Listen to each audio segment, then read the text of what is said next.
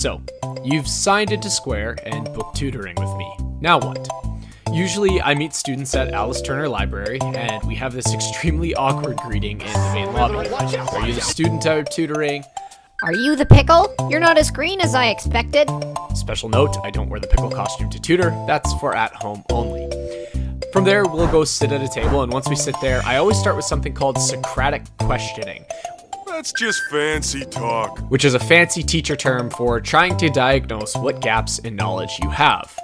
From there, I do one of two strategies with students. I'll either review key terms and concepts with them or work through questions alongside them, depending on what level of understanding they're at.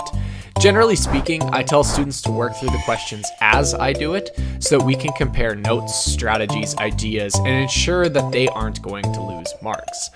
I also tend to talk about the teacher side of learning so that the students have a better idea of what types of questions their teacher will ask, why their teacher explains concepts a certain way, and how to better and more deeply understand what's going on in future classes. One of the weird things you can expect from me is that I work upside down. There's a huge amount of research to suggest that eye contact and facing the person you're instructing is good for both sides of the learning process. They get to see their work completed in real time, right in front of them, and I get to see their face and where the confusion or understanding arises. That, oh, I get it now, is the most satisfying thing in the world. As I'm tutoring, I create a sheet for the student. Essentially, it's a one-page document of tips, tricks, strategies, concepts, or reminders of the core ideas we learned.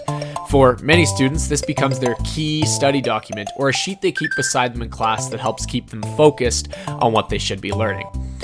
We like to make fun of pyramid schemes and the people investing in them. However, I regularly tell students that I have the world's worst business model. My goal is to get them to a point where they no longer need me helping them, and where you no longer need to pay me money.